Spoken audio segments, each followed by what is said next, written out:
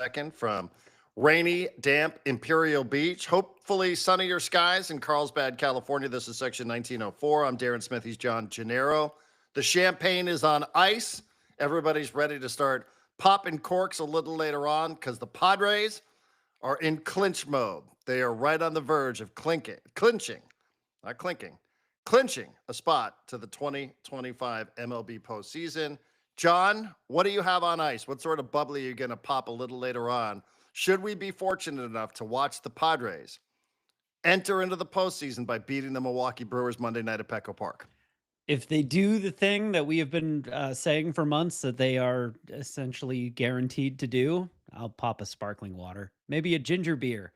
It's probably not going to be champagne for me because at the end of the day, we all knew this was coming. And if it ends up with, a 3-game series at Wrigley Field that doesn't end well, I'm going to feel stupid about wasting a pretty good bottle of champagne if I did that. So I'm not, I'm Why? not, I'm not going to do that. I'll save the bubbly for SDFC next weekend when they can maybe break some records. I think I'd rather celebrate that. Really, are you popping any bubbly in celebration for the Padres of clinching a playoff spot? John, I probably won't even be awake for this. But That's true. that being said, if they clinch, they're going to do the thing in the clubhouse, aren't they? Like they're going to have the champagne on ice. And don't let any of these local reporters fool you, by the way. They're all going to pretend like they don't like going in there and getting doused with champagne. Oh, and it's such a tricky work environment. They all love it. They all privately love it. I speak from experience on this, including Marty. She's at the tip of the spear. She wants to go running right into that clubhouse here and interview all these players in the middle of the champagne shower. But they're going to do that tonight. And like you said, it's felt like a fait accompli for quite a while. But that's not going to stop the Padres. They should enjoy the moment that they clinch a playoff spot, in my opinion.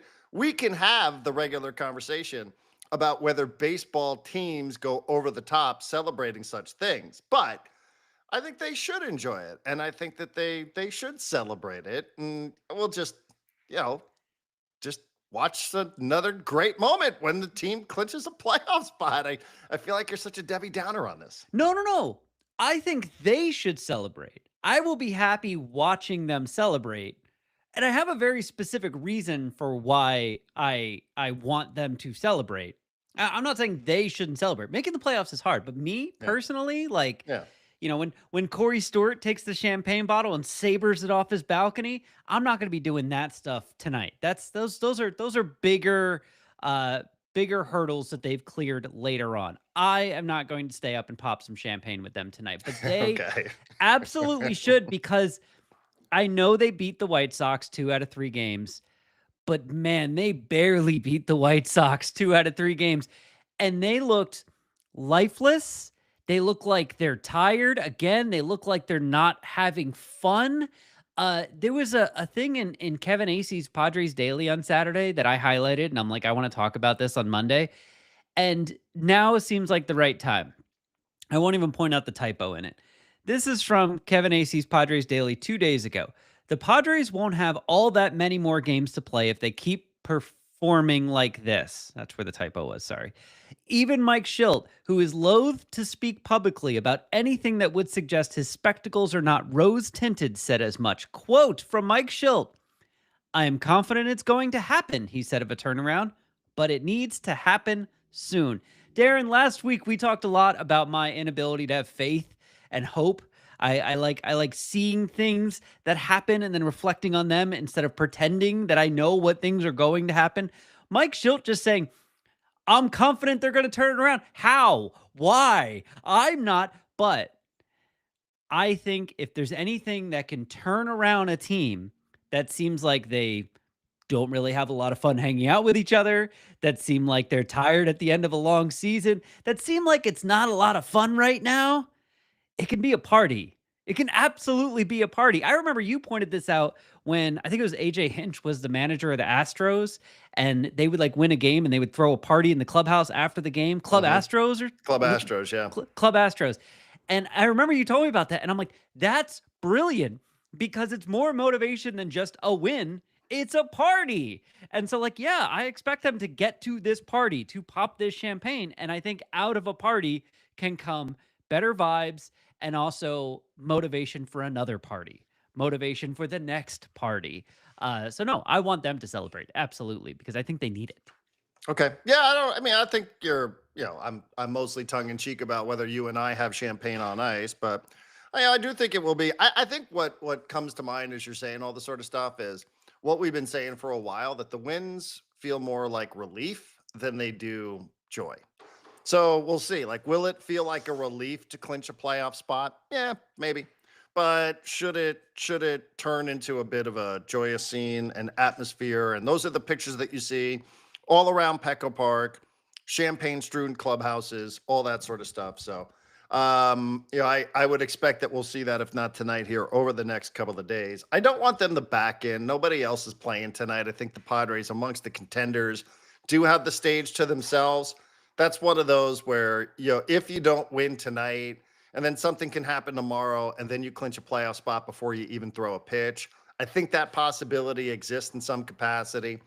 Those things are unsatisfying. They are unsatisfying. What you want is you want everybody out there. You want another moment on the field at Petco Park in front of your fans who have been so great all season long. Whether people are buying into this product or whether they're not buying into the product, I do think having a moment to celebrate in front of your home crowd could feel like a really, really important moment for people that have invested a ton of money and time and energy into this. So I'm rooting for it tonight. I'm joking about, being asleep by the time the game ends. Let's say 80% I'll be awake. But yeah, I will enjoy that. I will enjoy that for the people that are there, the people who are spending a lot of their money. I do think that is a nice reward for them. So I do hope that happens. More so for them, I would say, even than some of the people that are inside of the clubhouse, that it will happen here. So, and I do hope it happens tonight. I hope this isn't one of those weird things. It's like, oh God, it's fucking 8-0 in the second inning, and like you just have to sit through and like suffer through this game, and like then you back in somehow tomorrow before you even throw a pitch. You're like, oh, that wasn't very satisfying. SDFC clinched the playoff spot halftime of the Portland game. I was like, oh, that was a little bit of a letdown.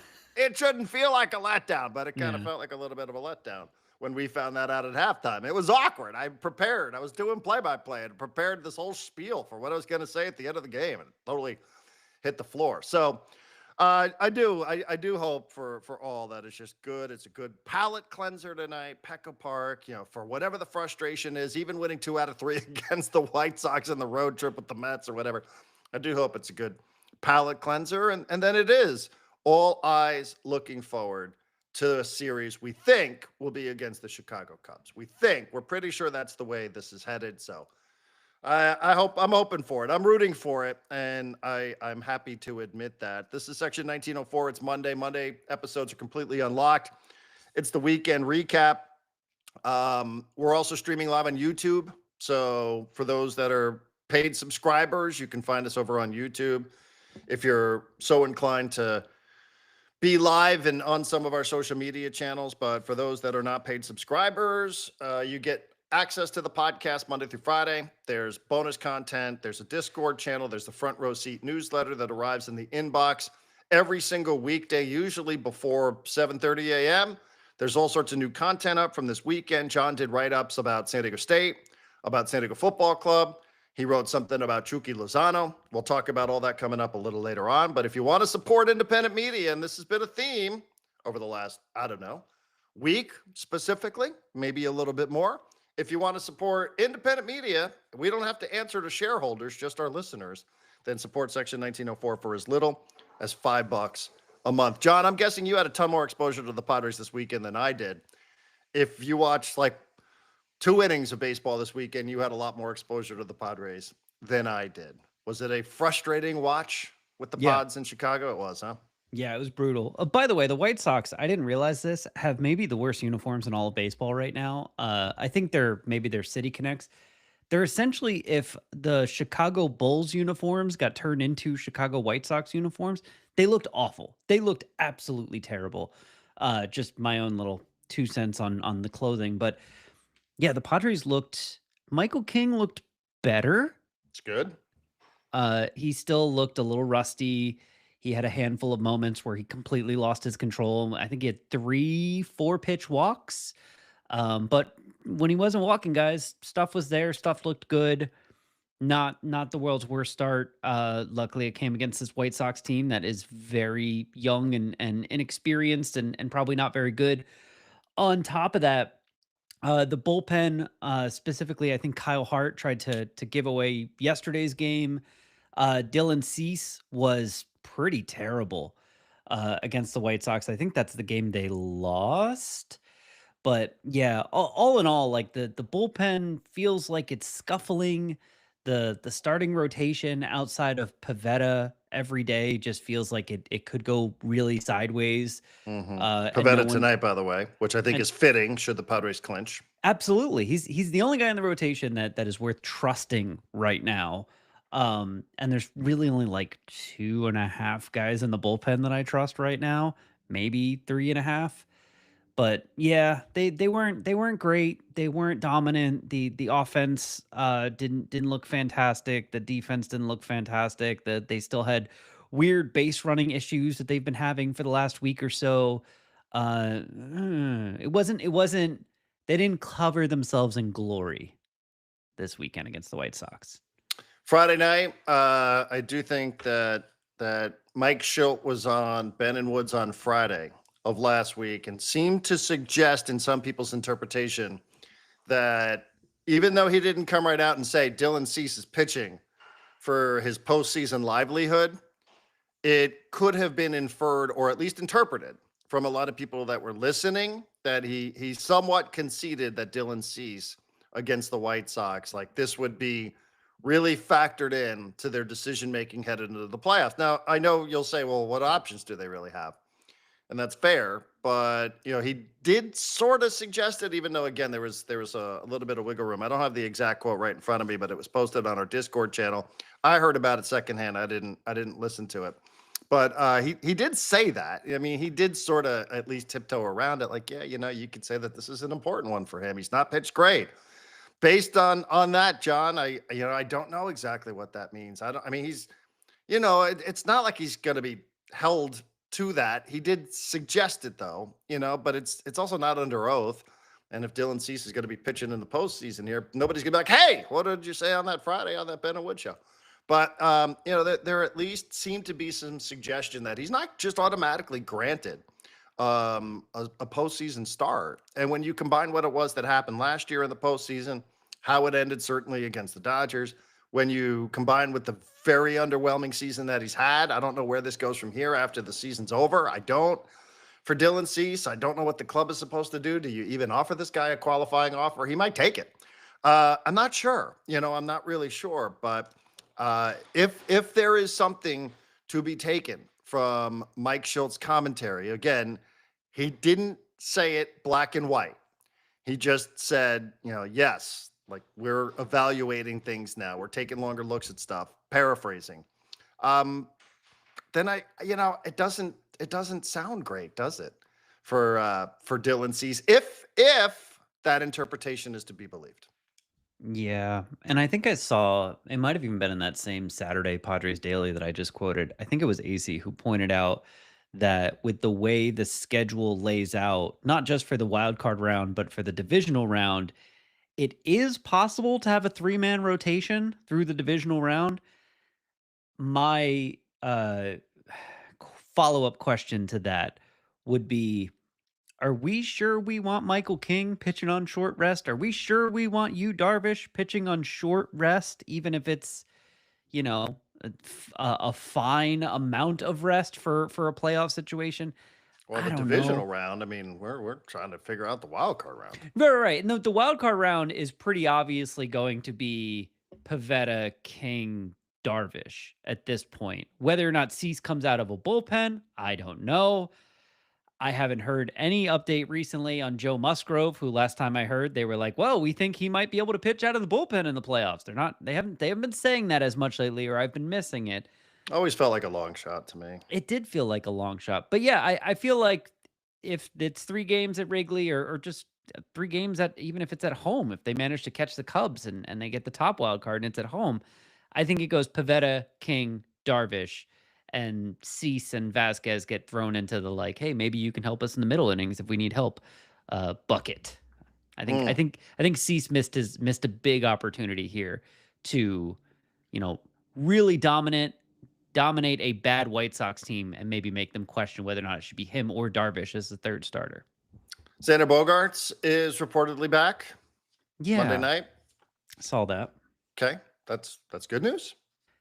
Yeah, it makes the whole like, how do you get Ryan O'Hearn and Gavin Sheets and everyone in the lineup question more complicated again. But Xander Bogaerts was good before he got hurt. If he comes back and he's good, those are good problems to have.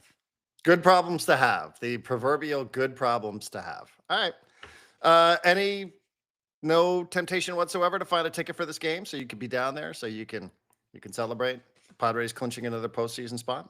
I wouldn't be able to anyway. My wife is leaving tonight on a jet plane to the other country, and She's leaving on a jet plane. That's why I said it that way, because that's what was playing in my head. So I would have no one at home to parent my daughter, and I'm not keeping my daughter up until 11 o'clock watching the Padres drunkenly celebrate on the field before she's got school tomorrow. So I'll be watching this one from home. There's no options for me. What about you? You gonna grab a ticket and go? I am not. Doesn't happen every year that the Padres clinch back-to-back playoff spots, John. As a matter of fact, this would be just the second time in franchise history? Yeah, someone sent us a message about this on the Discord. What was the last? It was the last time. 0506. 0506. And So should have been 07. It should have been 3 in a row, but for those Colorado Rockies. It is funny to think about the fact that they didn't get in 1997 after being like so good in 96 and 98, but there was less playoff spots then. So shit like that used to happen. Yeah, it's back-to-back playoff appearances are worthy of acclaim.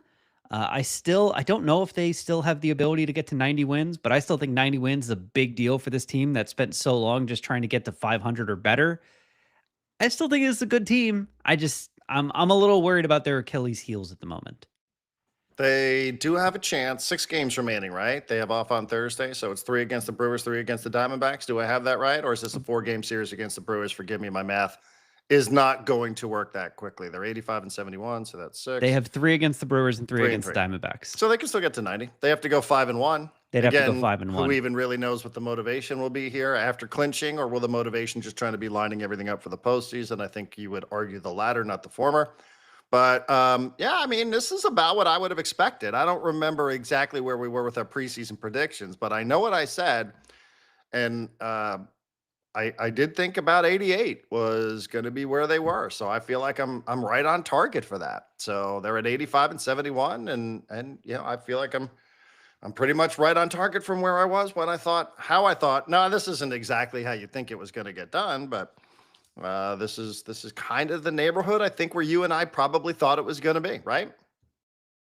Yeah, I don't remember if I gave a prediction, but I'm pretty sure I went into the season thinking like 85 wins. So 90 would be more than I expected at the beginning of the season, and probably more than I would have expected had I not been paying attention to the record to this point. If I was paying attention to the team but not keeping track of their record, I think I would think that they had, they were a slightly above 500 team, whereas 90 wins feels like a different plateau for me.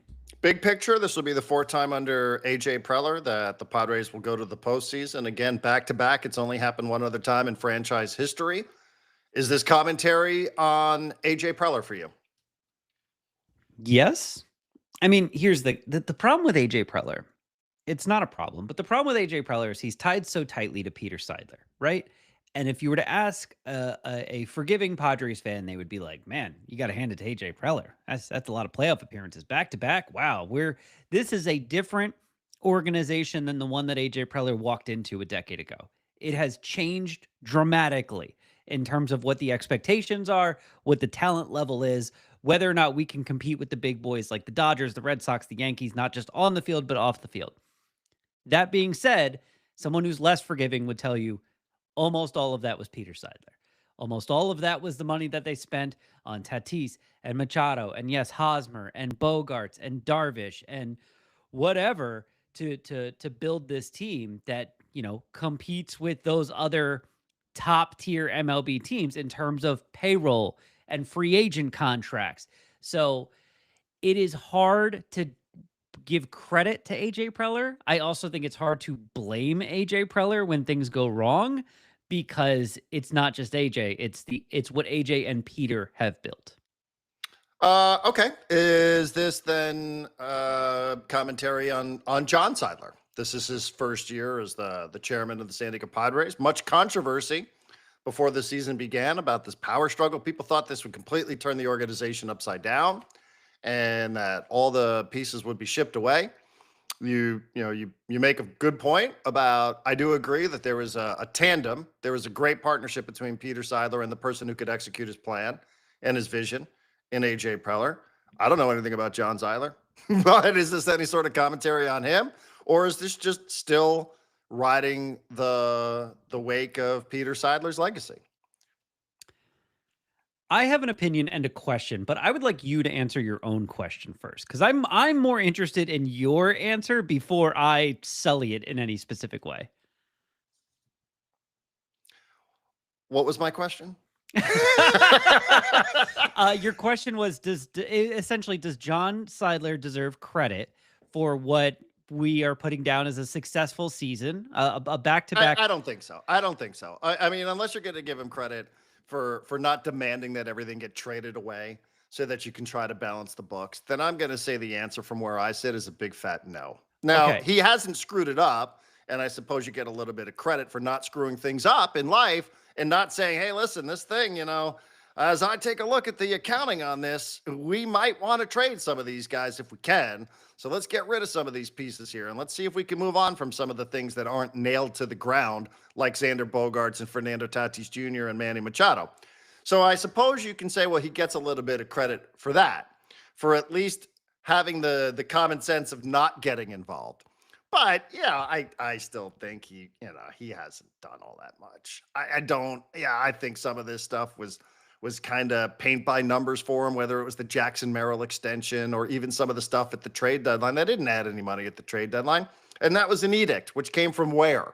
So it came from up high that they couldn't. So that's why they ended up having to trade away prospect capital instead of actually just going out there and spending a little bit more money and adding money into the balance. So, I mean, he gets sort of an incomplete for me. I think he's mostly been a bystander on this season, but given where we were when the season started, and is it Sheil? I'm with her. Or is it John? I'm Team John. And, at the end of it, I think he has wise enough just to stay out of the way. Just stay out of the way. I'm guessing he's probably gathering a lot of information, and maybe we'll hear a little bit more about this power dynamic moving forward. It's another interesting question. You go to the postseason in back-to-back years, and I just said it, this will be the fourth time with AJ Preller as the general manager. Has he garnered an extension? Does he get an extension out of this, out of taking the Padres back to the postseason? We all know the circumstances that he's going into the final year of his contract. And I don't know. I would imagine he would want an extension. I haven't asked him.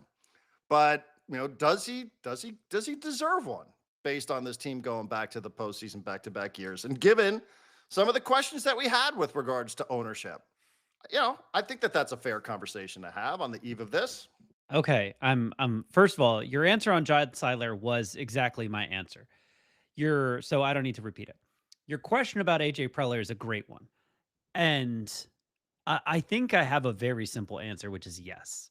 I think AJ Preller has earned himself an extension because he was working in parameters that were handed to him that made things more difficult. It's why we started the season with Connor Joe and Jason Hayward in left field and Elias Diaz and Martin Maldonado behind catcher. And Joe, I forgot that's how the season started, with Connor Joe and Jason Hayward. Yeah. So, and a lot of Tyler Wade mixed in there and whatever. So I think the fact that this team is dangerous enough that they would not surprise you if they won a couple series in the playoffs based on where they started, which was entirely because of financial restrictions. And this team has been built this way by AJ Preller, staying within the financial restrictions, essentially by selling the one thing he was allowed to sell, which is the prospects in the future. I think he deserves credit for that. I know there are people that want to kill him for trading away prospects, but what else was he supposed to do to build this team to be competitive heading into the playoffs? So yes, I do think AJ Preller has earned himself an extension. This brings me back to the original question that I wanted to ask you about the John Seidler situation, because I know that You have little birds in the Padres front office that sometimes whisper things to you. What's the name of that guy? Game of Thrones, the bald guy. You know the guy. He's got the Bald little, guy? yeah, the bald guy. He's got the little Oh, birds. the eunuch? Is Yeah, what's his that what name? you're saying? No, I'm just saying you have little birds that whisper things to you Yes, okay. from inside the Padres front office. Uh, have you heard any questions? And maybe this is a Shield Seidler question. Have you heard anyone bring up the prospect of this team being sold to a new ownership group? I haven't heard that in a while. Have not heard that in a while. I know there's like legal stuff they're tied up in, but based on the fact that AJ Preller has had to work within the restrictions of you cannot spend any more money than this, but we're not going to sell things off either, that feels like a holding pattern to me. And the reason to be in a holding pattern with not just the team, but the TV contract and everything else, it does sometimes bring into my mind the possibility of like, what if they just handed, tomorrow the Seidler group settles with Shield and everyone gets together and they sell the team to Mark Cuban for billions of dollars, and Shield gets her money, and John and whatever the other brothers' names, they get their money, and they all go their separate way, and Mark Cuban gets to come in and he hands AJ Preller an extension and keeps the trains going. Yeah, I don't know. I mean, is this a good time even to be selling a Major League Baseball team? Depending on what's going to happen with the work stoppage that is widely considered as fact. Like that is a thing that is going to happen. It's not a question of if, it's a question of what is going to happen and how long the work stoppage is going to last at the end of 2026. I'm not so sure. I don't know. I guess you get sort of mixed messaging on that, right? The Tampa Bay Rays did sell, the Minnesota Twins did not. So I don't really know. Is this a good time to be putting a for sale sign out front of a Major League Baseball team? It feels like that one has really sort of disappeared. There's not been any new reporting on it whatsoever in many, many months. I do feel like even us probably a bit premature, but just trying to get ahead of it because it'll happen. Like they're going to clinch. But then I think the next thing will be, well, what is AJ Preller's future with this club? And it could just be as simple as, hey, he just goes into the final year of his contract, and that's that. What's the big deal? Jed Hoyer just did it in Chicago, and he got rewarded for it. So he ended up getting an extension. Maybe it's not the worst thing in the world, but given some of the other stuff and some of the drama, the palace intrigue with the Padres, I think it's at least fair to wonder, even going back to the letter to the season ticket holders about the price increase, right? We remember that. That was something that was signed by Eric Grupner that mentioned 11 players and a manager, and here's all the reasons why you're going to want to come back to Petco Park in 2026, fans. And there wasn't one single mention of AJ Preller. So, if you do want some of those whispers to go away, I think that there's a way that you can do it. There's definitely a way you can do it. But until then, it might not be the most important thing, but I think it'll be a thing. One other thing, do we expect tonight or whenever it is that the Padres clinch, do we think that, will Peter Seidler break open some sort of fraudulent letter from Peter Seidler? Oh, Or you from will. Jerry Coleman and pull a Pat Murphy and read a letter purporting to be from somebody who has since passed on? Or have we all learned our lesson in life that maybe we just shouldn't speak for the dead? I feel like that's a good theme, whether it's sports or otherwise, over the last week, John. I will give Mike Schilt the benefit of the doubt here and say that the reason that there won't be a letter from some dead famous Padre, Tony Gwynn left me a letter, will be because I don't know that Mike Schilt has the confidence to pull off a routine like that. Whereas I feel like Pat Murphy feels like he can pull that off completely, and almost did. Came very close to pulling that off completely.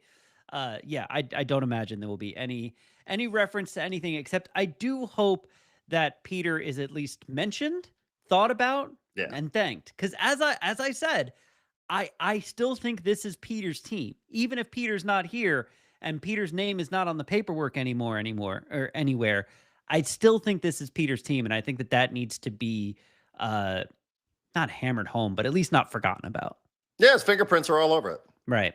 I mean, everywhere you look around here, the fingerprints, what it was. And nobody would sit here and tell you that this is a flawless plan, but it is a plan that is purely driven by trying to win.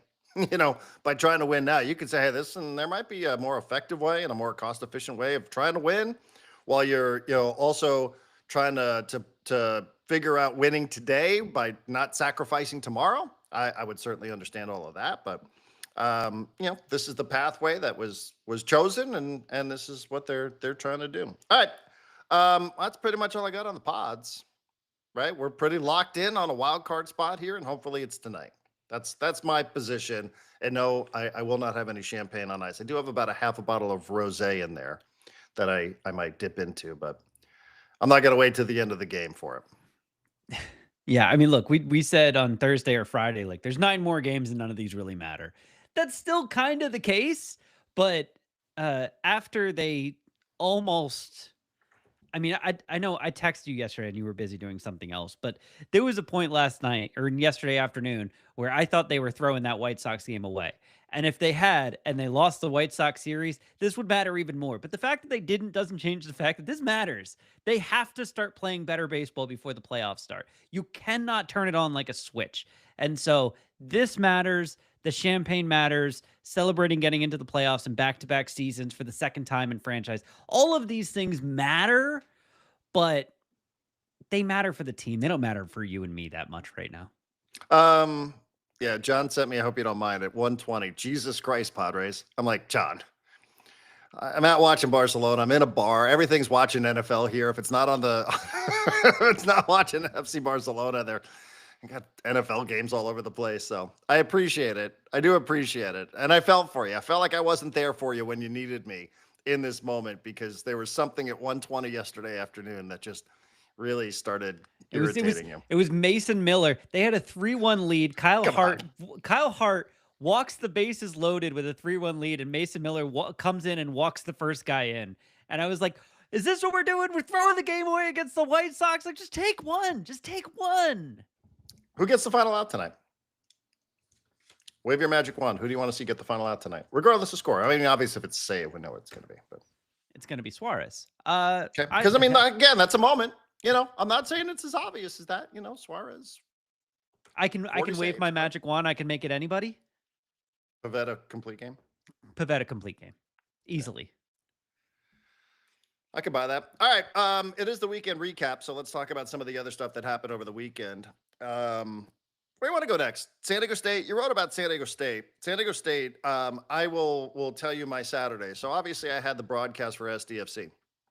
We certainly will touch on that. 1-1 draw, Atlanta United, final home game, regular season coming up Saturday night, San Jose Earthquakes. So I get home and we made some plans to have dinner with our neighbors. We were waiting for them to put their child to sleep. Apparently it's a big process. It takes a while, yeah. It takes a while. So I had the Aztec game on in the first quarter, and the announcer says something to the effect of, well, Cal's missed 2 opportunities. They dropped two long passes in the first quarter. San Diego State finishes with 15 yards in the first quarter. I'm like, not great. Not great. 15 yards total offense first quarter, and Cal misconnects. I guess receivers just drop a couple of passes. Were they touchdowns? Like, were they actually going to be touchdown passes, or were they just long passes in the first quarter? I had it on. I wasn't glued to the TV. They were catch and run opportunities. One of them was probably a for sure touchdown. I don't remember the other one. Imagine my surprise when I get home and I see that San Diego State wins this game 34-0. 34 my last impression of it was the announcer like, guy's got 15 yards of offense, and Cal's just dropping touchdowns around here. Like, doesn't sound great. I thought it was. I will admit, I was like, is that right? Is it 34-0? 34-0. San Diego State beat Cal in front of what was reportedly 21,819 fans through the turnstile. They had a lot more tickets out. Did you say 21? 21,819 is what Kirk Kenny reported today in the Union Tribune. Yeah, the tickets were 31,3. So. Okay. Well, listen, 21,819 probably isn't possible if they don't blitz the local community. Right. For a couple of weeks and give out a ton of tickets and hey, I'm not going to get into the details about what this means and season ticket holders paying full price and this guy's paying this and this guy got free tickets for that. Create an atmosphere. Desperate times, desperate measures. Get some tickets in the hands of people that might actually go to this game. People went to the game, and I would imagine then that over those next 3 quarters, it was a totally different story than where it was when I left. to go over and eat pan con chicharrón. So, I mean, listen, I'm mostly doing this through the box score at this point. I will defer to you because you wrote about it. And I feel like everybody in town feels the obligation to say that this was a signature win for Sean Lewis. I suppose when you only have 5 of them at San Diego State, we start putting titles on some of them. But maybe I'm not convinced because I didn't watch it that it was a signature win. Cal was a 13.5-point favorite. Cal was off to a 3-0 start. It is Cal. I have a lot of friends who went to Cal. I don't think any of them like this head coach. And they're in that mode where they'd almost rather this team stumble and fire him than have any form of success. But that's for the Cal Berkeley people to discuss on their group chats. But, it sounds like pretty balanced. Couple of touchdowns from the offense, a couple of touchdowns from the defense. And good for them on a night where you were in show us what you got mode. They showed you something and they won 34-0. And now they're on the road at Northern Illinois next Saturday. It's a 12:30 game, I think, away. So, good for them. Like they put a bit of pressure on themselves, like you said last week, to prove it in front of the most fans that they've had in however long. And they proved it. And good for them. I truly am. I'm hoping that this leads to more things down the road. It is very funny. First of all, I need to start with a stat. Did you read what I wrote about this game? Because I included. Okay, so you already know this stat, but for anyone who didn't, I saw this during the game and then I updated it for the thing that I wrote afterwards. Cal and San Diego State have played football against each other 10 times since 1982. And it's been 5 games in San Diego and 5 games in Berkeley. The home team has won all of them. All of them. Like that, and that they had that stat up during the game. I was like, that feels like something to pay attention to. And then the home team won convincingly. It is very funny to me that almost no matter who the coach of San Diego State is, their identity remains the same. They are a swarming defense that if they get going, they can wreck a game by themselves. The rushing game is usually good enough, and the passing game is a disaster. And it was no different. It was no different, Darren. Denegal had 189 passing yards. Jordan Napier had 154 receiving yards. 80 of those came on one play that, if you watch it, was A, terrible defense by the cornerback, and B, a complete push-off by Jordan Napier. And the reason that push-off happened was because the throw was awful. Darren, he was wide open streaking down the sideline, and Denegal underthrew him so badly that he had to stop, wait for the cornerback to crash into him, push the cornerback off him when the ball got there, catch it, and then start his speed back, accelerate back up to top speed to make it for the remaining 45 yards. That's called a back shoulder play, John. I think you just don't know football. Yeah, apparently I don't know throw football. To the back shoulder. Yeah. Denegal is not, he's not a very good passer. And Bert Emanuel Jr., who got a couple of plays in here where he got to run, is apparently not allowed to throw the ball anymore. I don't know whether or not he's any better or worse than Denegal, but the offense is clunky. It is clunky. But Jordan Napier is that is a top tier college football athlete. And it felt like when they couldn't get anything going, they handed the ball off to Jordan Napier a couple times on a reverse play. And that seemed like that completely freaked out the Cal's defense. They're like, hold on. We now have to protect the run east-west in addition to north-south. And it threw them off completely. And that's when they were able to beat them over the top with the long touchdown throw to Jordan Napier. And then after that, they got a lead. And they were just like, our defense is pinning our ears back. We're coming at you. Your offensive line is not good enough to stop us. And when we have the ball, it's just going to be run. I believe in the 2 football games I watched closely this weekend, which was this one and the Cowboys game as a Cowboys fan, Marty ball, as far in terms of Marty Schottenheimer, was referenced in both games. And yes, this is a very conservative offense that if this team is going to win, it's apparently going to be with their defense. And I thought Sean Lewis was an offensive guy. Me too. Maybe he just doesn't have the players yet. I don't know. But the defense was outstanding. It was outstanding. And the offense did not make any back-breaking mistakes. And the real deal quarterback that John Schaefer was telling you about, who did look like kind of, Walmart brand version of Tua Tagovailoa, the college Tua, who was good. He got way too much pressure in his face, got hit way too often. They eventually took him out, and I don't know if it's because he was performing so poorly or they were worried he was going to get hurt because he was taking hits like every single time he dropped back. But yeah, it was a great win for San Diego State. And I have to admit, on a Friday afternoon or evening, you and I on the bad social media website, the one that we're actually currently streaming this one on, we had Cal fans in our mentions going crazy at us. Well, they were doing it for me because I got the game wrong. Because cares? For whatever reason, I remembered some measure of success that San Diego State had against Cal, and I thought, yeah, didn't they beat Jared Goff at Cal? Maybe SDSU had a lead. I don't remember what it was. Frankly, it doesn't cost me a wink of sleep. But yeah, then they started jumping in. They're like, yeah, that building's going to be half filled with Cal fans, and Cal. Enjoy the beatdown. I'm like, Cal fans. Like, wait a second here. Like, let's put a little. I mean, Justin Wilcox is a sub 500 coach who, again, at least friends that I have that went to Cal and are Cal fans are not in on. They're like, why does this guy still get these opportunities? He hasn't been over 500 since 2019. They haven't had a 10-win season since 2006.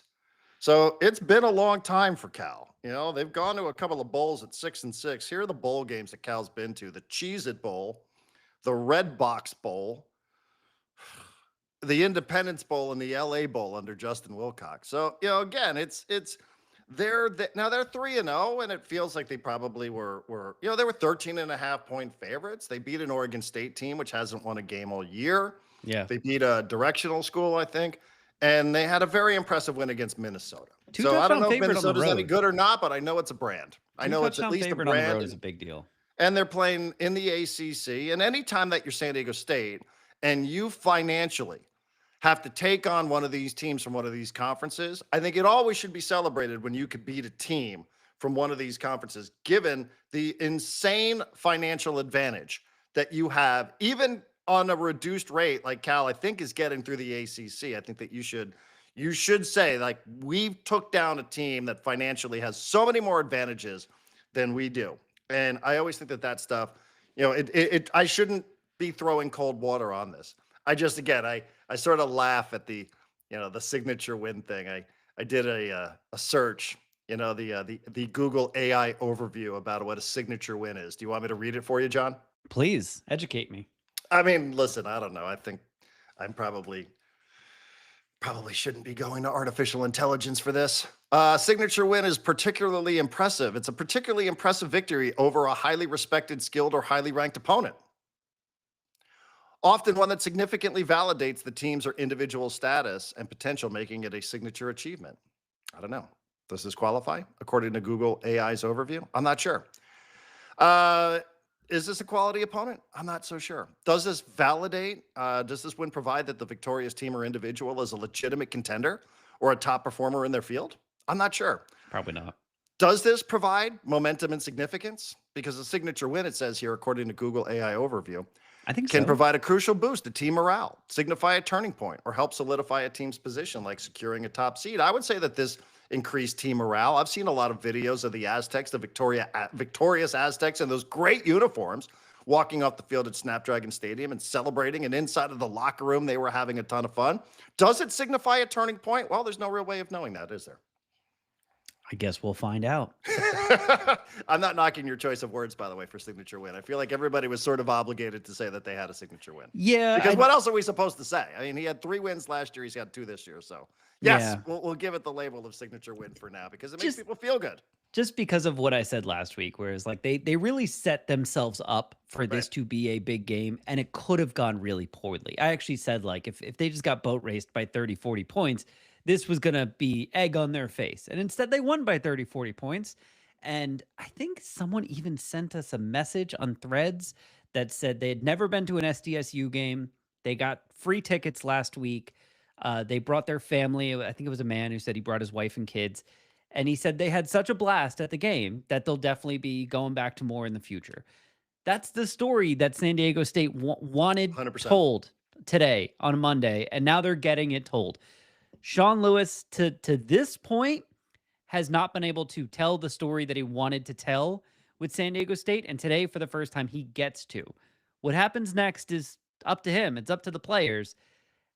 I don't think they're going to win 10 straight and blow out Boise State and get themselves to a bowl game, but we're talking about them beating up a real team, not Stony Brook, a real team. And that is something that they needed as a stepping stone to what could potentially come next. And Sean even found himself a little going viral on Saturday night because he takes his hat off and he's got this trucker's cap tan line. So that was making rounds. Does And he that stuff, really? it's silly, but Yeah. it's funny. Like, and it's part of the culture of college football that things get picked up like that.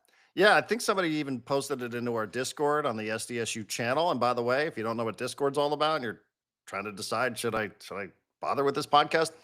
We do have channels for Padres, for SDFC, SDSU, and somebody did post that into the SDSU tab on the Discord channel, that there was this picture of him, and you would probably relate to this as somebody who shaves their head, that he had the trucker cap tan line in the back, and you could see the stripes going all over the place. So, but it gets picked up, and it's like, it's a moment. Like, it's the kind of thing here late at night that people will pass around, those that are sick enough to be watching college football from 9 o'clock in the morning till midnight, like me.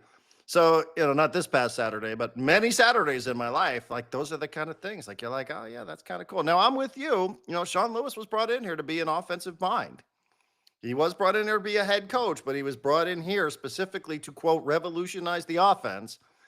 And I don't know that 320 total yards is exactly revolutionizing the offense. But again, it's confidence. They feel good. I'm sure it's a fun week at practice.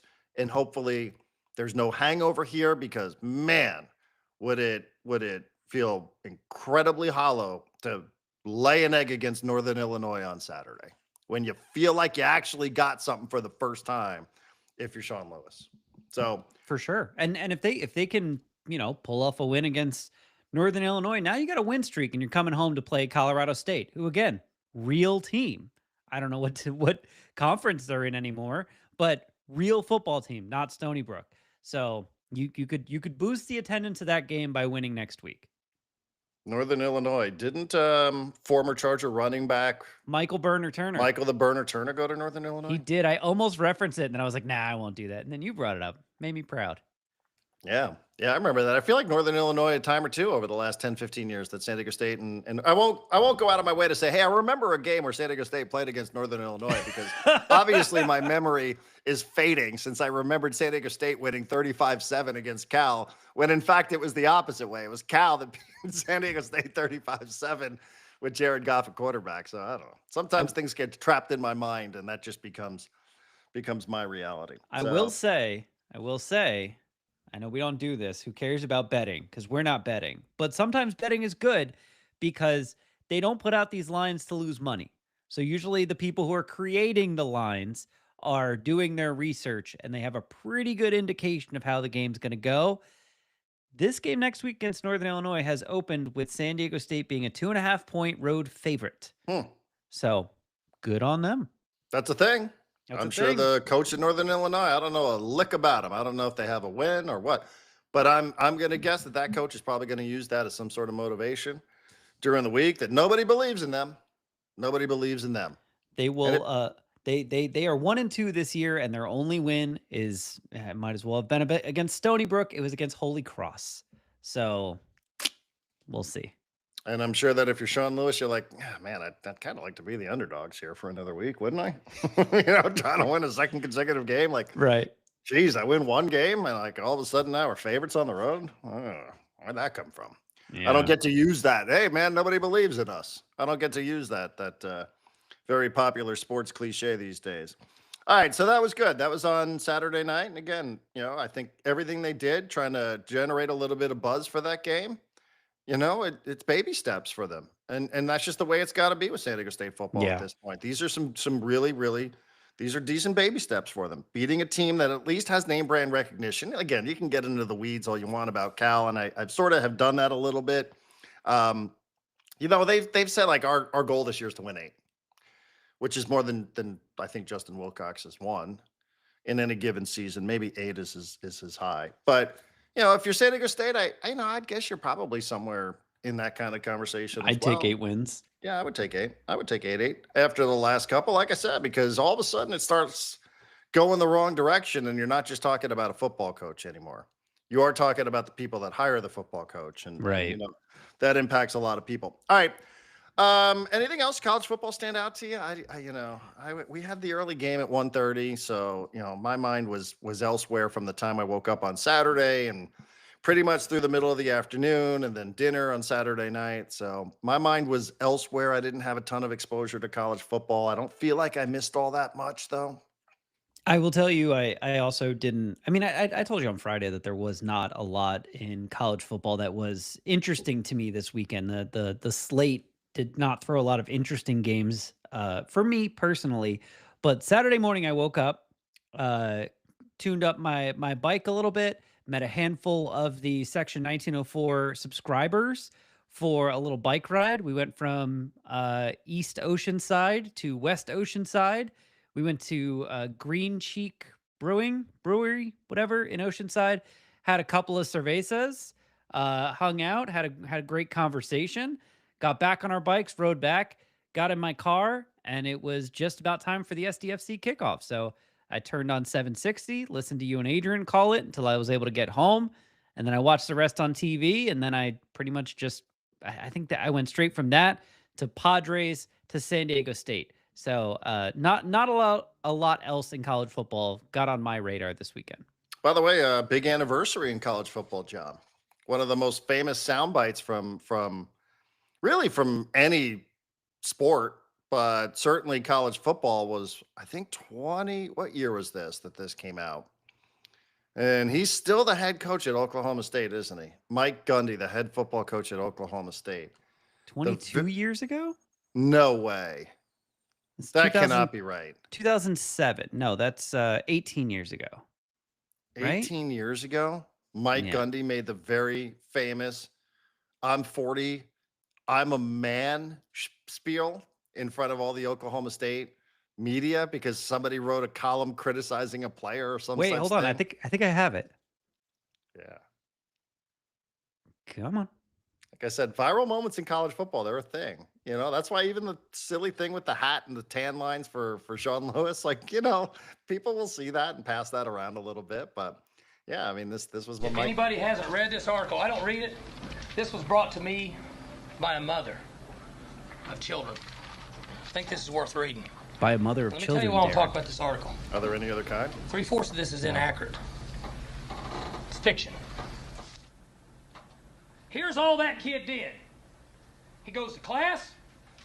He's respectful to the media. He's respectful to the public. And he's a good kid. And he's not a professional athlete. And he doesn't deserve to be kicked when he's down. That's why I don't read the newspaper. Because it's garbage. And the editor that let it come out is garbage. Come after me. I'm a man. I'm 40. I'm not a kid. Write something about me or our coaches. And that's all I got to say. Makes me want to puke. Makes him want to puke. Oh, I hate the fact that got applauded at the end. I hate that. applauded. Yeah, who was in that room that was applauding there? That was 18 years ago. This man is still the head football coach. He's still the head ball coach at Oklahoma State.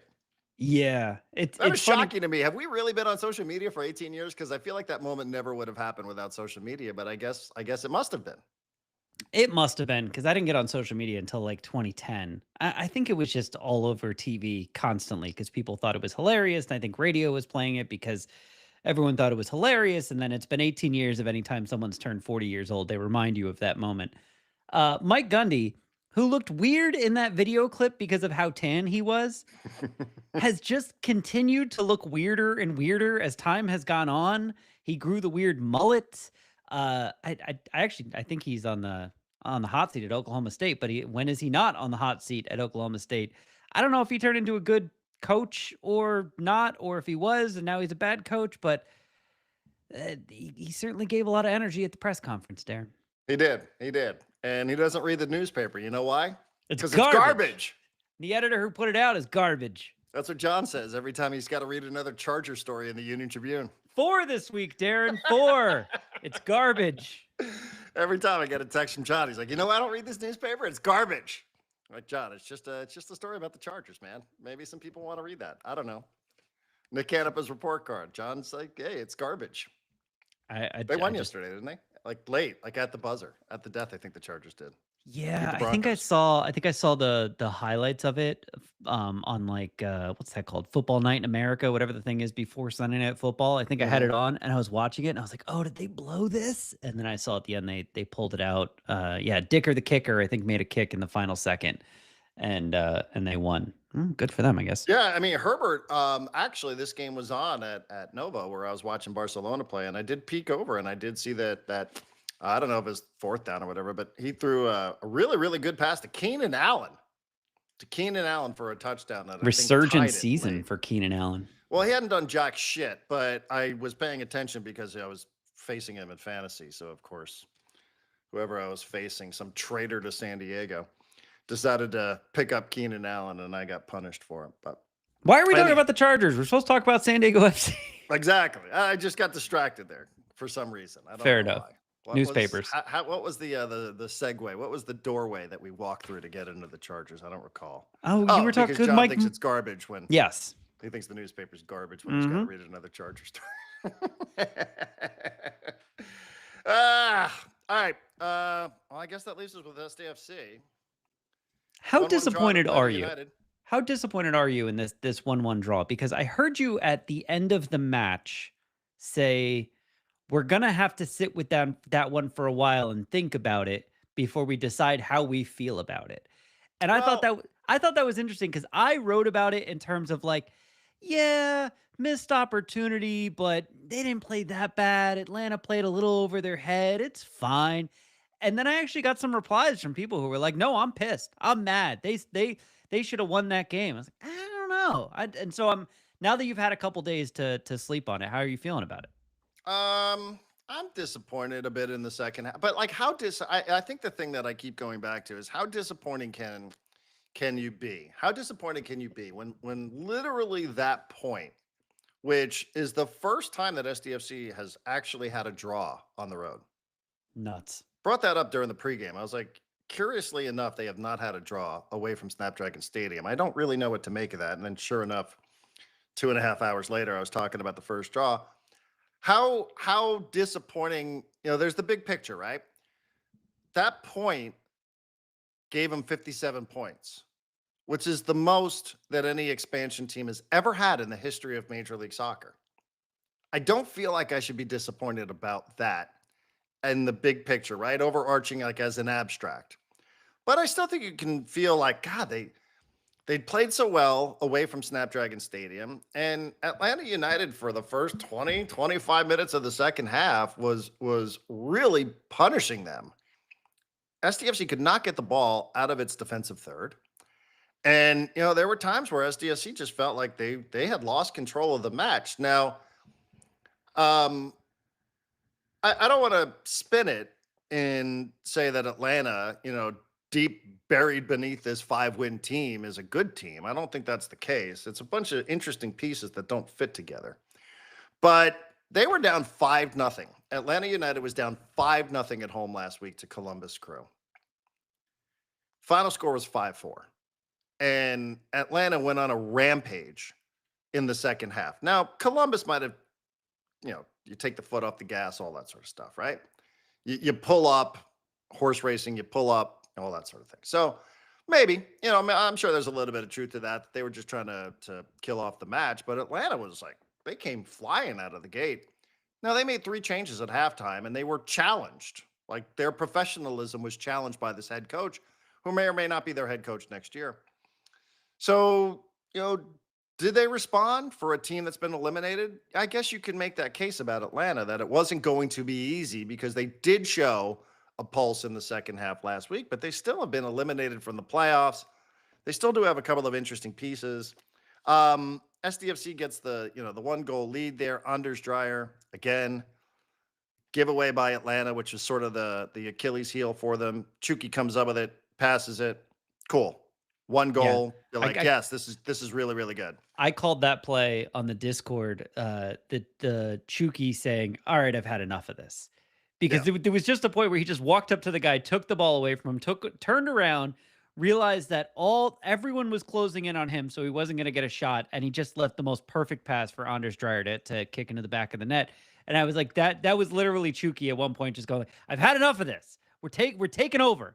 It didn't continue after that, unfortunately. Yeah, and unfortunately, when you're calling a game off a monitor, would have been nice if Apple were live for that play instead of zooming in on somebody in the crowd. But these are the kind of things that you have to deal with. They were like on replay or something. It was really weird. Yeah, it sort of hung us out to dry a little bit. Hung Adrian out to dry for sure.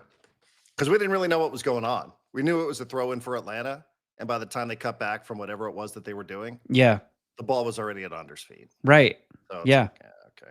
Yeah. Anyway, that's not the point. It's just sort of the things that you got to deal with when you're broadcasting the game remotely off a monitor. I'm back and forth on it. I mean, I think the thing for me is, just the same way that we started talking about the Padres and how you desire to be playing really, really well towards the tail end of the season.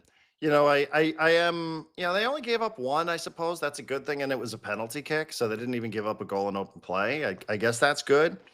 I am starting to wonder a little bit about fatigue for certain guys. Anders is this has sort of happened here unbeknownst to most, but I spent a lot of time looking up, just some of the, like, where players are relative to their own careers, right? Like who's zeroing in on certain milestones. As an example, I was prepared. Anders scores his 15th goal. That's as many as he's ever had in his career in a single season. Wow. 15 a couple of years ago for Anderlecht. 16 assists. He's completely blown by his career high when he was playing in Europe. Yeppe, I brought this. I actually, what got me going on this was that Yeppe scored a second goal at the end of the Minnesota United game. And I started looking up. That's why I sent you that random text about how many goals do you think career Yeppe has. He's had 18 in 330 plus matches, but it's it's not the name of his game. Yeah. Then I started going down this rabbit hole about Chucky and all this sort of stuff. And like, it really stood out to me that Anders has never played this many minutes. This is a career high for minutes played. And the lack of a true bona fide third scorer, if it's not going to be Chucky and it's not going to be Anders, and everybody zeroes in on the number 9, right, on the center forward, and says, well, what's going on here? Because you had this Milan Olaski guy, who still, by the way, is second on the team in scoring, John.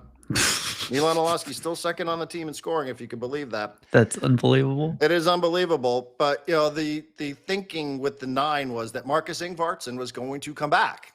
And I don't know where he is. I don't see him out there. Maybe I'm missing him. I don't see him during training. He's not been part of the match day squad for 4 or 5 games. So Corey Baird was brought in to be a rotation piece, to be a backup with Marcus coming back. And Pellegrino was brought in here, I think, because, maybe physically they were a little bit concerned. So, but, it is possible to have some players in the midfield, who can look a bit threatening in the attack. It is possible for Luca De La Torre, who hasn't scored since May 31st, who's had 1 direct assist in this entire season, and that was back on match day 4 against Columbus. Now he's had some MLS assists, some secondary assists, which this league counts. Yeah.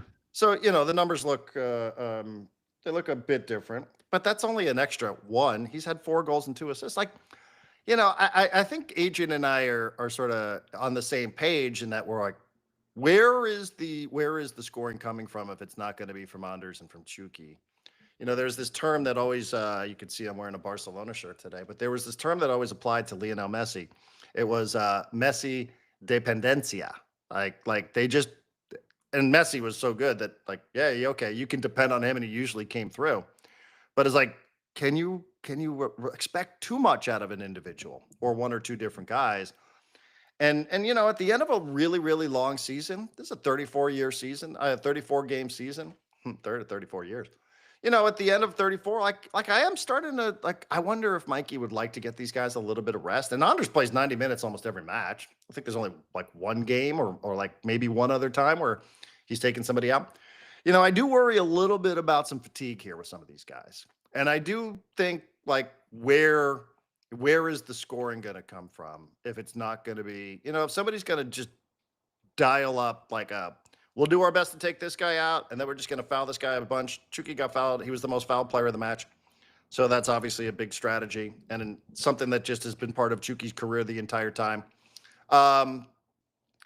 Yeah, I guess some of it is just like a little bit of like, man, if these two guys don't do it, you know what I mean? Like, who's going to do it? Is it Ani Valakari? Is it Luka? Like, who is it? Like, who is going to be the person who you can rely on here to help these guys out if it's not going to be Anders, if it's not going to be your designated players? I don't think it's the worst point in the world. And I think if you beat San Jose, which has not been good recently, they've won one time in their last 5. You beat San Jose in your final regular season, and you break the all-time expansion record for wins and points at home against San Jose, and you're perfect in the state of California. Yep. I think that's going to be a really good tonic.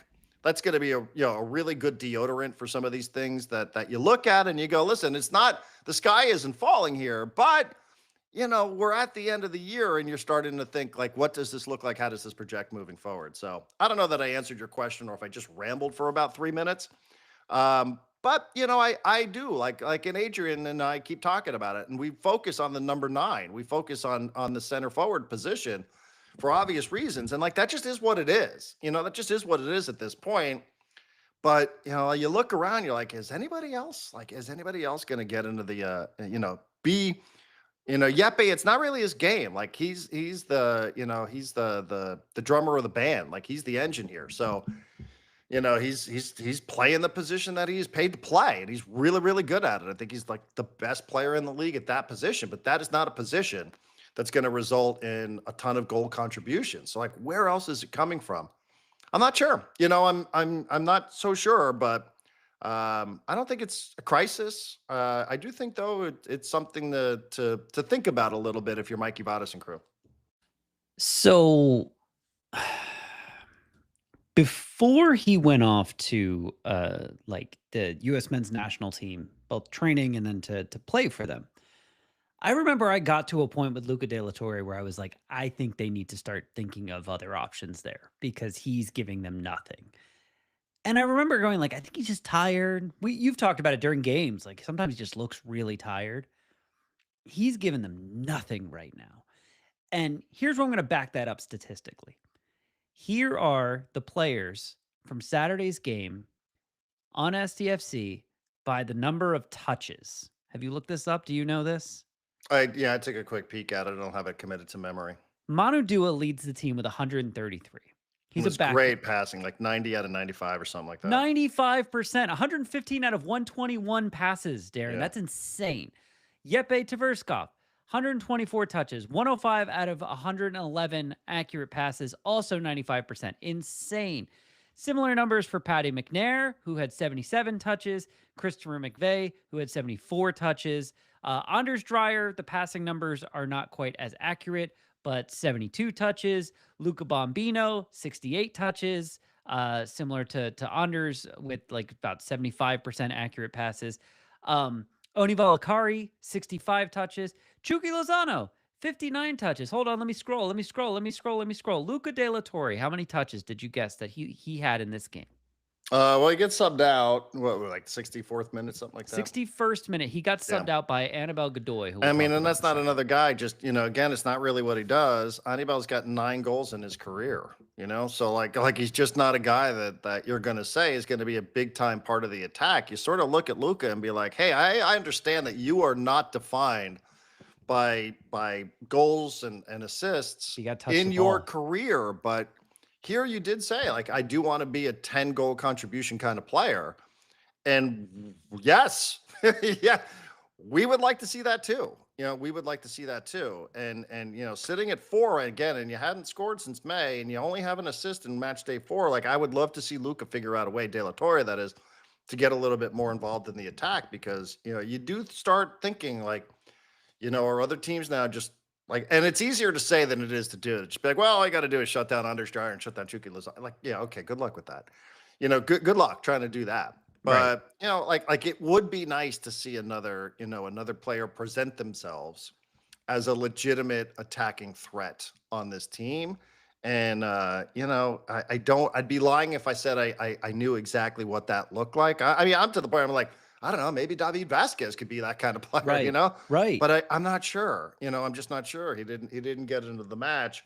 But then even what does that look like? Do you play him in the midfield and you put Oni Valakari up top if Marcus isn't going to come back? So, I mean, these are just things I think, that again, have a great Saturday night at Snapdragon Stadium against San Jose. Break those records. I don't want to make it sound also like this is going to be some sort of, disaster if they don't win the supporter shield. You know what I mean? Like that's a silly standard to set for an expansion club. They've exceeded everything. Let's not kid ourselves. This club has exceeded everything already, even if it doesn't pick up another point this year. But, you are right there with 3 to go. And Saturday night, and then at Houston, which has the most home losses in the Western Conference, and then away at Portland to finish the season, which I don't know what to expect there. It still is right in front of them. But, like I said, watching that, Adrian and I think we're on the same wavelength where it's like, I only can get so frustrated with Amal Pellegrino. I mean, he was just brought in here because it's like, hey, we kind of need another piece here. And he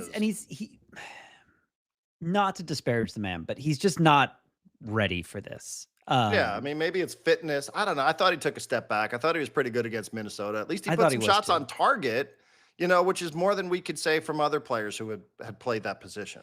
Yeah, so I thought that was the beginning of something, but it felt like it was a little bit of a step back. Then again, it's also turf and it's across the country, and I know these sound like bullshit excuses, but the ball was bouncing a little funny at times, and I think if you don't play there, you're not quite used to it. So I do think there is a little bit to that. Again, I do not think that the sky is falling. I do not think that this is cratering at all, but I do think that there are some things that Mikey himself has talked about. We don't want to wait till the end of the regular season to start saying, well, we got to fix these things. You got to start fixing them before the end of the regular season, because October 18th to the first round of the playoffs isn't as long as you think, and it's not going to be enough time to address the things that you feel like you have to address. Now, I'm talking here. This isn't Mikey. I don't know that Mikey needs more from Luca De La Torre, but that's just me. Maybe Mikey's like, no, man, I just got to figure out this number 9. That, I'll get the chance to ask him that later this week. Yeah. But, whatever it is that he feels like needs to be. And if you feel like you got to get Anders a little bit of a rest, he's still great. I still think he's an MVP candidate and should be in that conversation 100% based on what's going on around the league. I don't expect him to win it. But, Mikey's own words were like, no, we're not going to wait to the end of the regular season to start trying to address the things that we feel like are going to help us when we get to the playoffs, since they've already clinched. Yeah, so going back to what I was talking about with the touches, like you can see from the fact that the touches on the team are the backline players, right? Dua, McNair, McVeigh, Luca, Yepe, and then Anders and Chucky, that the other midfielders that are not Yepe are not really getting a chance to touch the ball. And part of that is they're not putting themselves in the right position to do so. But I think another part of it is like that backline, that it all starts with them. And I think they all love and trust Yepe so much that they're like, just get the ball to Yepe, right? And he'll figure it out from there. It's almost become too predictable. Luca De La Torre had 33 touches in 61 minutes. 33. He passed the ball 31 times. Anibal Godoy came in for Luca De La Torre the 61st minute. So he played 34 minutes. He had 31 touches and 27 passes. He basically did what Luca did in 60 minutes. He did it in 30. And Anibal Godoy is not really an offensive player. He's not someone that I consider to be like the guy who's moving the ball forward in some sort of attack. Like I view him as more of like a defensive-minded midfielder type of guy. So Luca needs to be doing better than that. My suggestion here is, and I know this is crazy. You tell me whether or not this is too crazy. I don't know. I feel like there was games early in the season where Luca got like a start on the front line. Like it was like Chucky and Anders and Luca. I don't think so. maybe this is when Shuki was hurt in the beginning. I feel like there was a game where he got a start or two uh, there. But at this point, I don't think having him as a midfielder is helping at all. And I don't think they're going to bench him. Like he's playing for the U.S. national team. I don't think San Diego FC is going to bench him. But I do think there is some argument to like, if the whole back line is just going to be feeding the ball to Yepe when they want to drive forward, then those other midfielders should be defensive-minded guys, like maybe Godoy. Valakari can kind of go both ways. But the defensive-minded guys to give a little help to the back line and just let Yepe feed it up to the front and put Luka in a position to get opportunities to score goals, because I think he can. I just don't think he's going to do it playing right next to Yepe. It seems like there's when the back line has a choice of do I go to Yepe or go to Luka, they're always going to Yepe. Well, again, we go back to these MLS assists. Yepe does have 10 of them. I mean, I do want to be fair. Like I said, I think Yepe. You can make the case that Under's like the team MVP and Yepe might, or the league MVP, and Yepe's the. Sorry, I'm getting my Danes confused here. That Anders is the league MVP and Yepe's kind of the team MVP. I mean, you need him, but if you're gonna, when you have that kind of player, like who's a true, controlling mid, you understand what it is that you're giving up. So you got to supplement it in other places, and it's just not happening for some of these guys. Again, like it's not all. This isn't bash Luca De La Torre day. I don't know what you're supposed to do with him at the end of the year. I mean, what are you going to do? Like his loan? Like, do you want the option? I'm not sure, but I guess it's not. I don't think so. There is one more player we need to talk about though, because the people who responded to my article negatively all did so with kind of the same man's name in their mouth, and that was CJ Dos Santos. Who I thought CJ was okay. I thought he got hung out to dry on the penalty. I mean, he made some really good saves in that game. He had 3-4 saves in that game. He did. And yeah, he got a little hung out to dry on the penalty. He's just like, sometimes he is being a little bit more aggressive than I think people would want him to. And sometimes he finds himself in a dangerous position because he's trying to do something, or he's pulled himself up too close to the midway point or whatever. I don't think he had a great game. And because you put it in my head and because you mentioned it during the broadcast, I kept thinking, like, is this about the mask? Like, what is it with the mask? Why did he put the mask back on? And I felt like he was not quite as good as he was like maybe the last couple of games when I think he was maskless. I don't know. I'm confused about what to do with CJ. I don't think they're going to go back to, I've already forgot his name. My brain wants to call him Pellegrino, but it's not Pellegrino. Pablo Cisniega. Pablo Cisniega.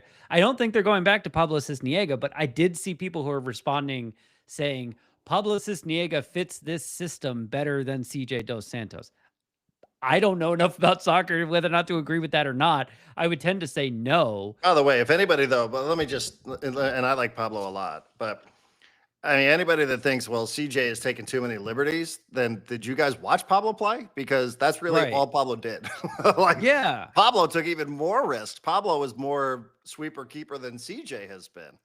So, I mean, I thought some of these saves, I thought the save on the cross on the header, I thought that was which one was the one that went off his knee? That was a really good save. Yeah, I don't know. I mean, of the things that left me, the things that I was thinking about when I was driving home on Saturday night. Milan Olowski? No, I was like, man, there's another, like another scoring threat has got to present itself at some point. No, it's very obvious that on the number 9, like it just kind of is. Like I understand people, we'll bring up. Well, wait, we had this guy, didn't we? Yeah, right. did. Right. But you thought, like, in a salary cap league, when you're paying Marcus, I don't know what the number is, 1.5, 1.6, something like that. That's not an insignificant amount of money. But when you have that person and you're like, yeah, this is the guy who we think Milan could be, I understand it. It just, it seemingly is not. But it is possible for other players to get involved. And, one of those guys, when you start looking around, you're like, I mean, I heard De La Torre say it. 10 assists, he wants 10 goal contributions, and we're at 5 with 3 to go. So again, some of that is, he gets called away to the national team and all that stuff. And now you're going to have to be without Bombino for at least the next couple of games. You're going to have to be without Pedro Soma for a couple of games. The loss of Darren Ferree is probably not as impactful with Cisniega being healthy. So But good luck to those guys. Under 20 World Cup, which starts in 5 days. By the way, speaking of international soccer, I keep looking over my shoulder because there's a lot of reporting out of Spain that Lamine Yamal is going to win the Ballon d'Or, the golden ball for the best player on planet Earth as an 18-year-old. It feels like the Spanish press has picked up on something. This is going to start in 15 minutes for us. That would be incredible for an 18-year-old. Back-to-back. Spaniards have never won this award before last year when Rodri won it, plays for Manchester City. To go back-to-back, that would be incredible. 18-year-old winning this award. We're on a Barcelona group chat, and one of my friends who is a dad is like, well, I would like to keep the young man humble. Like, well, might be a little late for that. I don't know. But he is the best player on FC Barcelona. Humble might have been left behind somewhere already. Yeah, and they gave him a massive contract as well. So I actually like it. Like, let's get the Ballon d'Or out of the way now while you're 18, so you don't go ruin your career trying to chase it somewhere down the road like Neymar did, or like Trent Alexander did. These guys have literally said, I'm making career choices because I want to win the Ballon d'Or. So I better get away from Messi, and I better get away from Liverpool. I better go play for Real Madrid, or I better go play for PSG because I can't win it. This award messes with people's minds. So I'd rather get it out of the way now if this is true. But man, that's something else. By the way, can I have you be my security on here and tell me to never do this again? I just looked up the contract amounts for this season for the San Diego FC roster. I don't want to do this. Like I hate in baseball when people can't talk about players, and basketball too. People can't talk about players without talking about how much money they make. And I just looked at this, and now it's in my I can't. I'm like, what do you mean Amal Pellegrino's making $1 million? Like, that's insane to me. What do you mean that Marcus Ingvartson is making the same amount of money as Luca De La Torre, and they're both making roughly what Anders Dreyer's making? Like, what do you mean? There's a lot on here now that I'm having judgments about, and I absolutely shouldn't. Jeppe Tverskov, why is he not making a lot more money? I need to close this and never open this again. Yeah, it's tricky. It's tricky because Pellegrino probably got paid all that money from San Jose. That's probably true. Yeah. Right. He just got here. That was only his 4th game. So I think the majority of that has already been paid. Andres Reyes making $800,000. What are we doing? No, I'm closing it. I know it is. It does get a little goofy. And then you start having to factor in some of these bonuses and stuff like that. Like, a very funny conversation I had earlier this year was on the subject of second assists, the MLS assists. It's like, yeah, imagine having to structure a lot of your bonuses based on second assists, Oh, I God. don't know. Anyhow, John, over the weekend, I don't have a ton for NFL, and I know we're going on almost an hour and a half here. Can I say one thing that I thought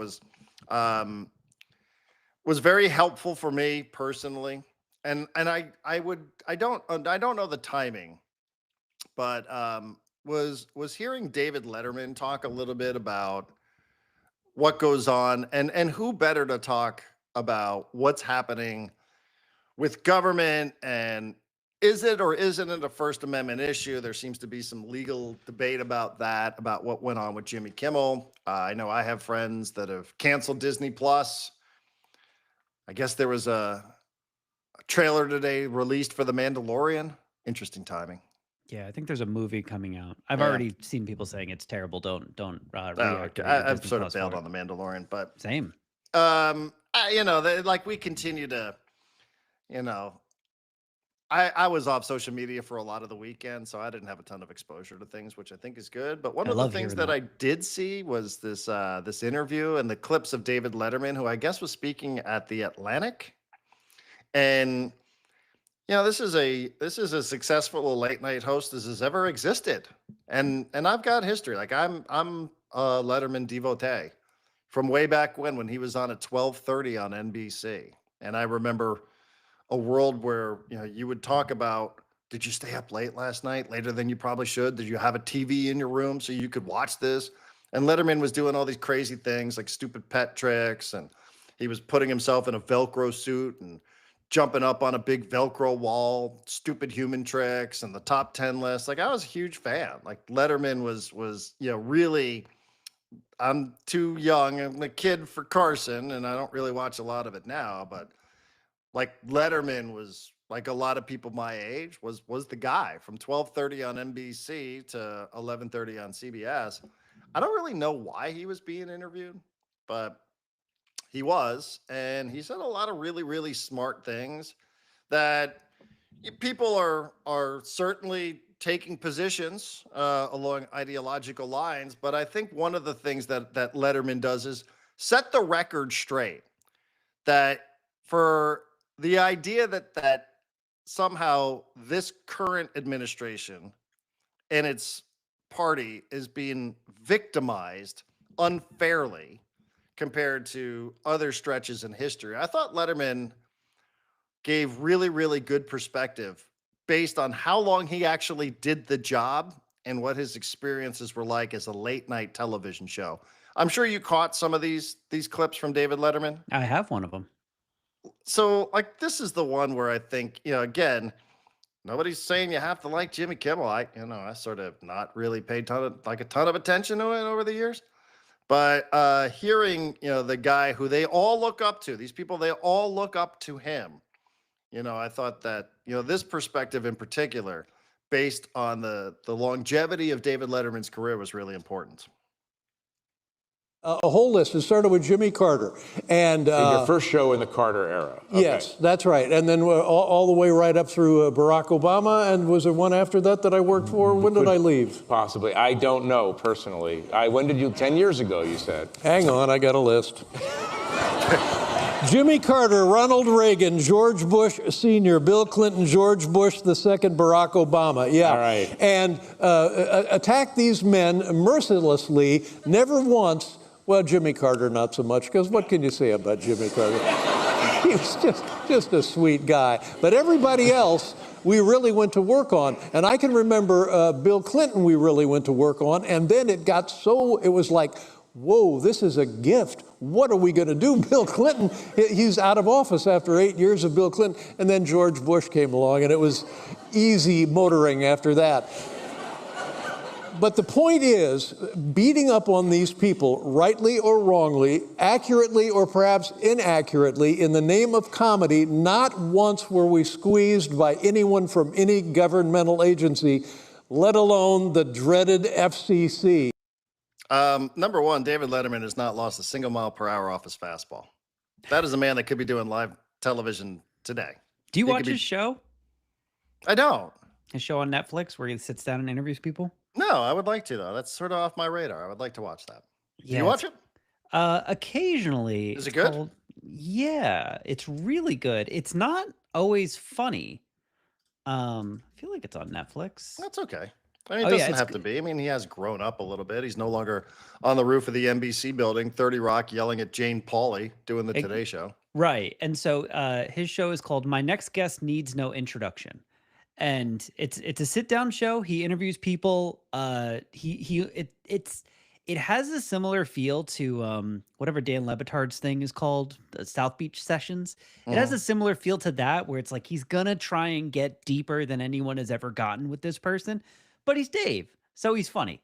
Like, it's like the funny comes out just because he's Dave, but you can tell he's just trying to pull out, parts of these people that you've seen a million times, but parts of their story that you've never heard before, you've never seen them emote about. It's good. I highly recommend it. I felt like I personally was really appreciative of the fact that Letterman was out there and that these clips started making the rounds. Because again, he even points it out, like you said, he is very funny. He is very funny. Even when he's like, "Hold on, I got a list." And you think, like, God, he did go back to Jimmy Carter. I didn't even realize that, but I didn't realize that either. The guy's been around, forever. And like he said, like, there's this whole concept now that somehow it's the treatment of the current administration is so unfair. And like, when he says that, he's like, yeah, I lived this. Like, you think I didn't want Bill Clinton to leave office because he was good material. You know what I mean? Like, yeah. That was great. That was absolutely great material for us.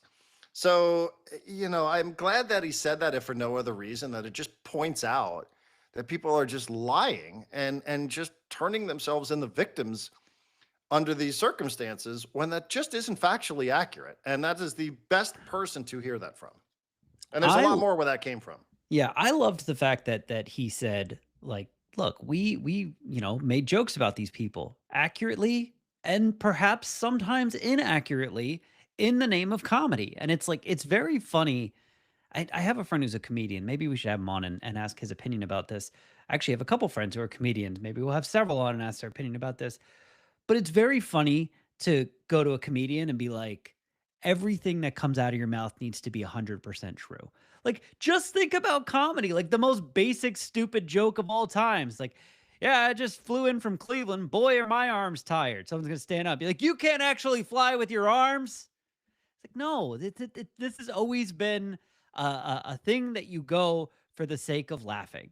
And like, what Jimmy Kimmel got in trouble for was not a serious monologue about Donald Trump. It was trying to make people laugh. And we've never pointed at comedians as bastions of honesty and journalistic, reputation. So I appreciate the fact that Dave was like, look, we weren't really worried about the accuracy. We were worried about the funny, and no one ever cared. And now all of a sudden they're trying to, to use Elon Musk's terms, they're trying to kill comedy, Darren. Yeah, yeah, and that really goofy like sunglass. Yeah, I mean, I don't know. I just like I really personally, I guess maybe just based on my own age, like I appreciate that. Like I needed that from David Letterman. I don't need a lot of this other bullshit, Yeah. but I did need that from David Letterman for him to say like, this is inaccurate. Like this is, let me tell you, like I have lived this life longer than any of these people. And he did go on to say like this is wrong. Like this is just wrong what it is that is happening here. And again, I said it is, it is legally disputable whether or not this does violate a First Amendment. I think I had said, well, this isn't First Amendment, it's private business and choices. There is a little bit, I'm not a legal expert, obviously, but read some interesting stuff over the weekend about that. They will talk about this. Like First Amendment lawyers, will talk about just because of the alleged government or apparent government intervention in it all, that it does actually then qualify for some sort of First Amendment status, other than just the morality of do we really want to be doing this? Do we really want to be doing this sort of stuff, which seems to have appeal from people that identify both left and right. Here's the thing. Tom Homan, who is the head of something, I don't even remember what he's head of anymore. He's in the cabinet. Tom Homan was caught on video. It was revealed this weekend, I think, maybe Friday. He was caught on video accepting a $50,000 cash bribe in a kava bag. Someone bought a meal from Kava, ate it, filled the bag with $50,000 and gave it to Tom Homan, who promised to give government contracts to this person's company that they were giving the $50,000 from. It is blatant, out in the open government bribery. And when the White House was informed of this, they shut down the investigation. Leave Tom alone. And so the idea that anything needs to be accurate or legal or who knows if this is first, they don't care about the law anymore. There is no law for them. There's only what they can use the law for as a cudgel. End of rant. Yeah, I didn't see that, so it's tough for me to comment on it. But it sort of sounds about right. Sounds about par for the course with everything else that's happening here. So, like I said, I just, for one, this whole like, oh man, we get treated so poorly. Did you know, like I get criticized. I saw the president on an airplane. Like I get criticized more than, like, how do you, stop, please stop with that. We've got a guy that can actually speak to this in terms of what the approach has been. So I don't know where it all goes from here. I didn't see any of this stuff happening over the weekend, but I did see the front page of the Union Tribune today, which is like, wow, what an image. What was it? Was it from a stupid rally? It was the president hugging Erica, I believe, Erica Kirk. And like his hand, like there just is like so much to the picture. His hand, the look on his face, like her, I don't know, just a lot. Yeah. A lot going on there. Coming up this week, Ryder Cup. Steve Sands of the Golf Channel is going to join us. John, it is 11:58. And as I said to you, my day has been impacted by what today? The Ballon d'Or. No. What is happening that is accurate, but what else is happening in my universe that I just told you about? You have a man coming to try and fix your seemingly brand new refrigerator. They just canceled. Oh, for Christ's sake. At 11:51, I have a window of 12 to 5 for a refrigerator repair person to arrive. And they at 11:51 said that they are canceling and rebooking for tomorrow between 8 Whenever and we're noon, which is not going to work. Yep. If So any yes, this has literally changed my entire day. Like I had to cancel a lunch. John and I are doing things, and John's like, "We'll get you out of here by 12 because I know you have the refrigerator. At least the window is opening up." And now they have just said we're not gonna get here. never goes the way you want it to. So frustrating. That's why you grab all these appointments as soon as you can. All right. Well, that's about that. Anything else you got to get off your chest from the weekend? No, nothing else that I need to get off my chest from the weekend. I mean, there's loads that I could get you up to speed on what happened on social media, but I think your brain is better without all that stuff. Why have I missed? What have I missed? I was just going to bring up that because you were talking about the picture on the cover of the San Diego Union Tribune. I reposted this picture that someone posted, and the text that went along with the picture, and I'll send you the picture if you want, said fireworks for Trump at Charlie Kirk's memorial service. And I repost that with, when I read sentences like this, it makes me think that maybe I'm in a coma. My brain is trying its best to create a sense of reality for me, because it's really hard for me to believe that the president of the United States of America came out to a memorial service for a podcaster who was assassinated with fireworks. It's just a lot. It's just a lot to take in. I'd Yeah, rather talk apparently, about the other stuff. scrolling earlier today, it's a big part of these public appearances for this group that Charlie Kirk started. So I don't know. The fireworks? Yeah, Yeah. on I'm stage. surprised. He was a Yeah. big fan of it, I guess. I will say, like he's, I mean, the reaction is, I don't know that it is commensurate with exactly how popular this person was, but whatever.